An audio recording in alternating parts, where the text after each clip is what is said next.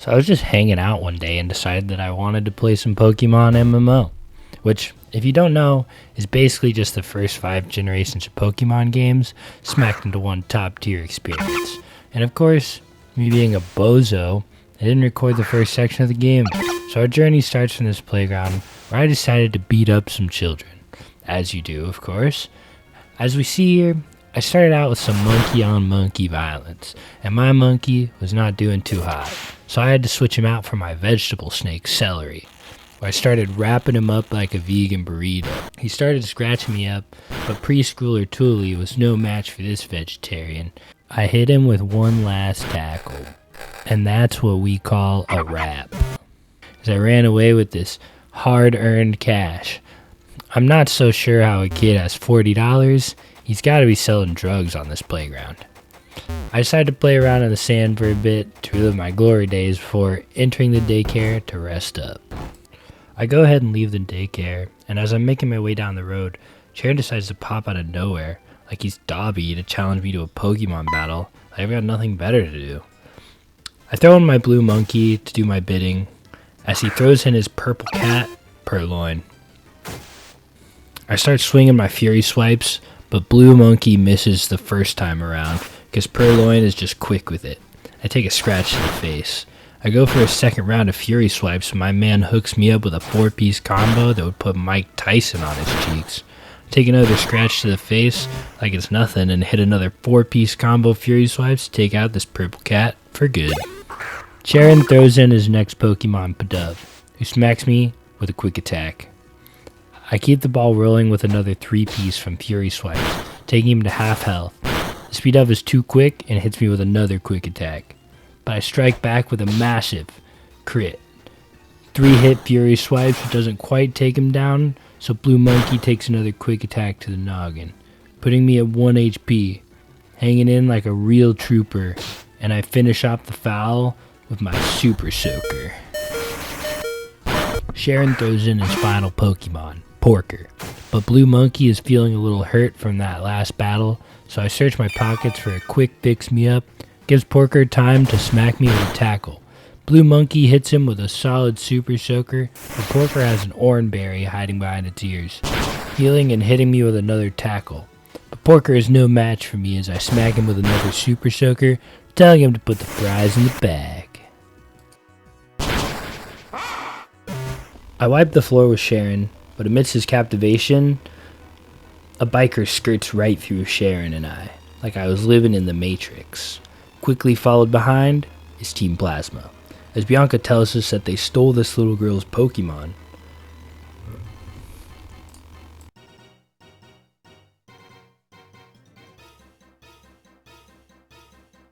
I find a potion in the bushes to replace the one I used from the previous scuffle with Cheren, and I start to head back to the daycare in order to heal up my Blue Monkey.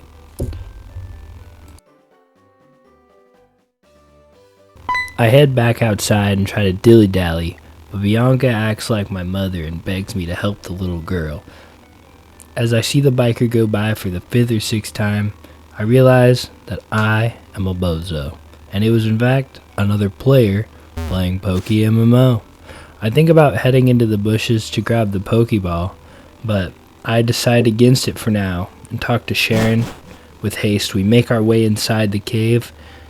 The Plasma Goobers give me some spiel about how the little girl can't use Pokemon to their full potential and how they are going to take my Pokemon, so I tell them to stop yapping and put up their dukes.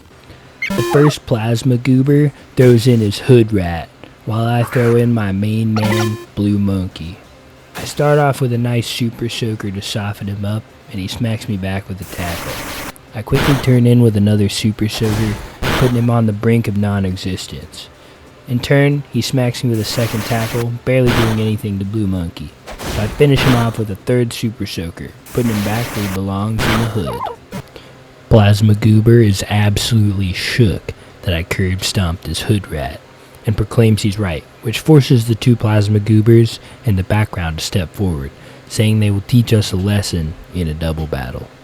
Cheren gives me a sappy love story, and we square up for some head-to-head double battle action with this newfound motivation. I'm hyped up. Plasma Goobers throw in some double hood rat action to start us off as Cheren and I get some contrasting colors with Blue Monkey and Purloin.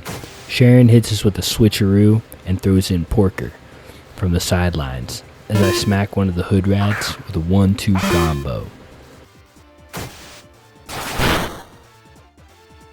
Hood rat 1 and 2 go for a tackle on Porker, so I go for another Fury Swipes, landing a 4-piece, putting him in the red as Porker finishes him off with a nice cozy fire.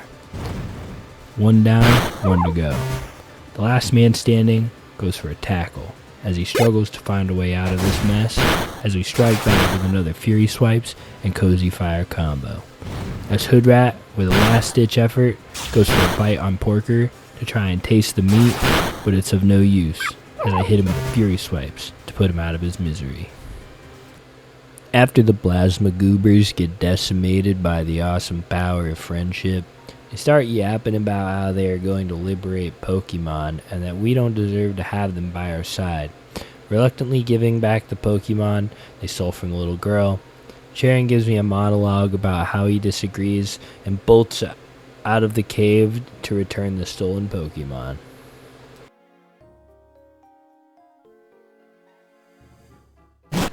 I decide to dilly-dally a little bit and go for the Pokeball I can see on the other side of this rock.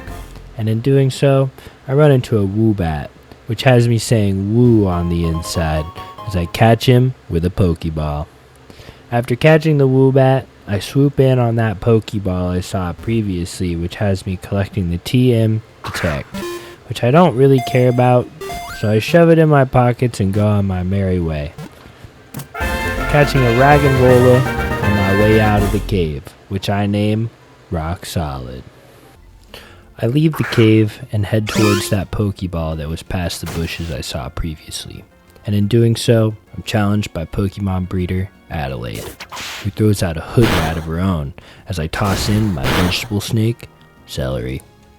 I go in for a Vine Whip as if I was straight out of a Tarzan movie, and I get tackled like I'm a quarterback. So I hit him with another Vine Whip and make him wish he was never born.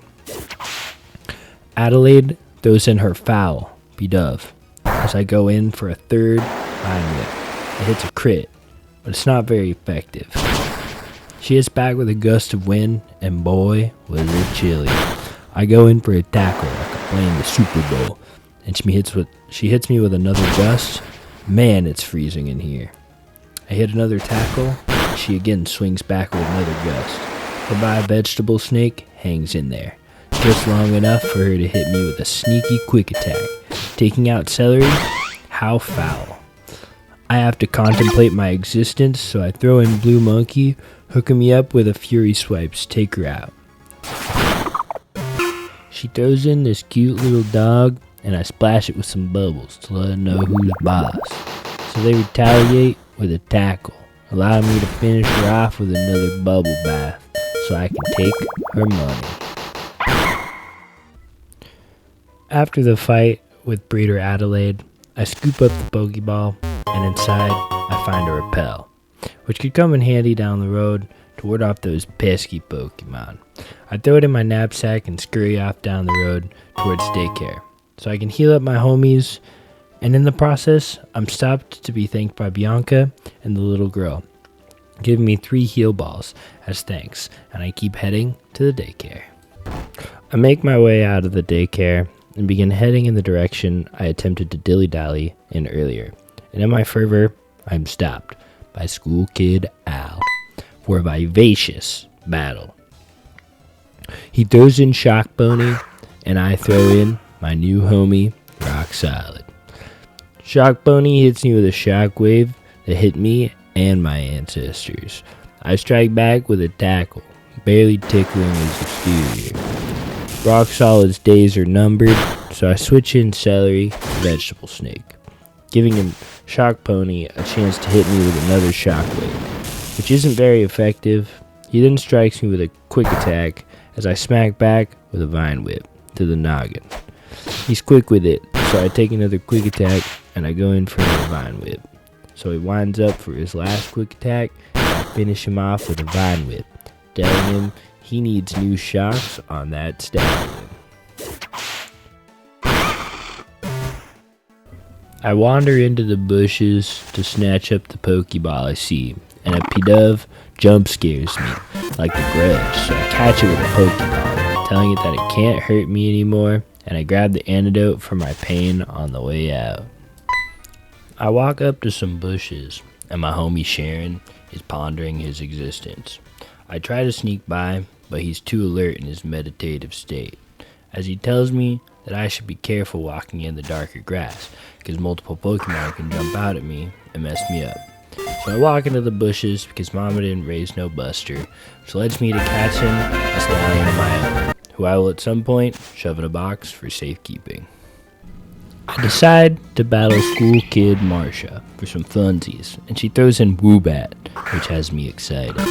As I throw in Rock Solid, she hits me with a confusion, having me wonder why I'm here.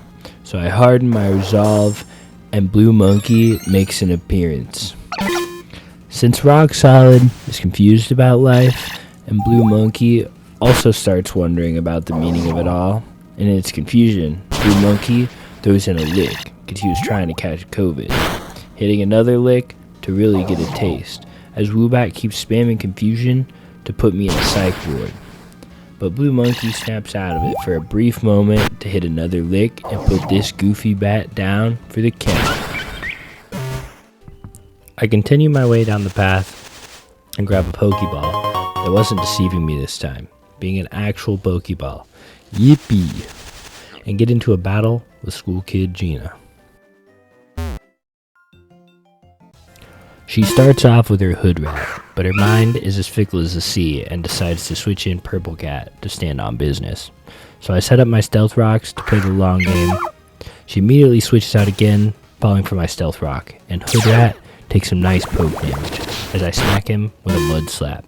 Her strategy seems to be working as she switches in Purloin again, taking some poke damage from Stealth Rocks, followed up by a nice chip from Tackle.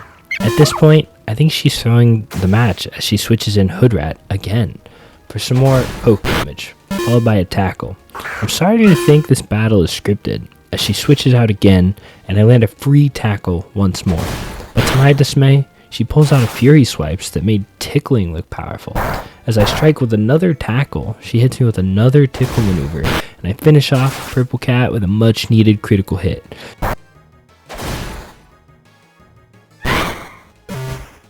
Sending Hood Rat back in for some chip damage, not looking too hot, but swings with a nice bite, making me flinch.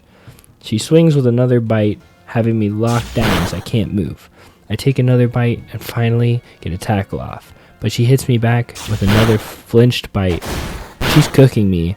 In the end, I take her out as Rock Solid clutches up so she doesn't get sent to a box.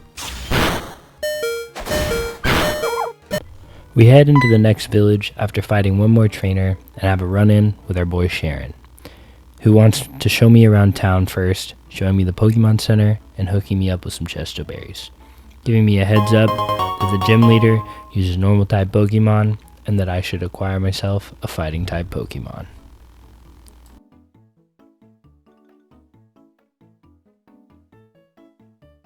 Thanks for watching part 1.